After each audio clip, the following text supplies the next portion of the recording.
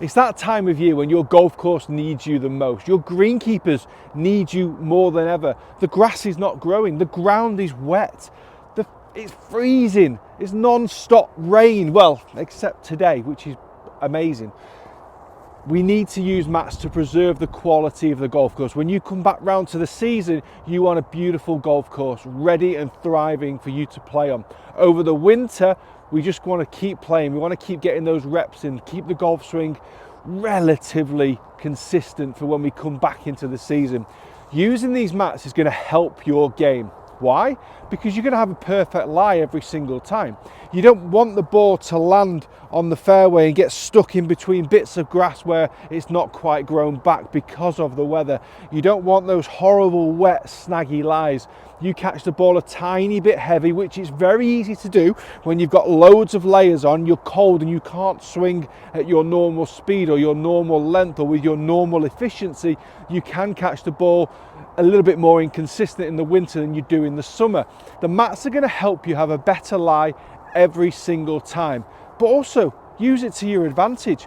We've got to play it lengthways, so make sure when you put this mat down on the ground, it's aiming straight at your target.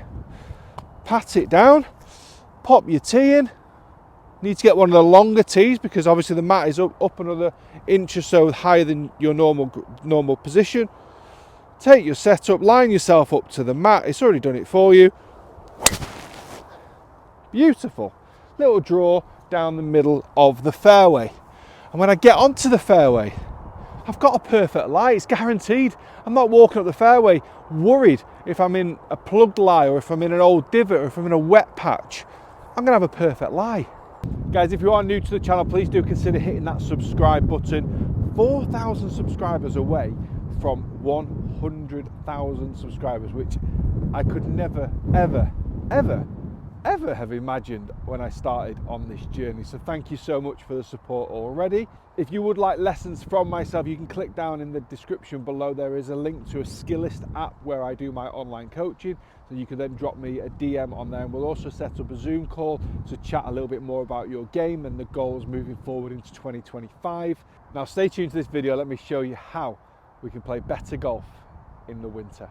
One of the key tips I want you to take away from this video is how you need to adapt your game for the winter. Now straight away, we're obviously playing off a mat as opposed to grass.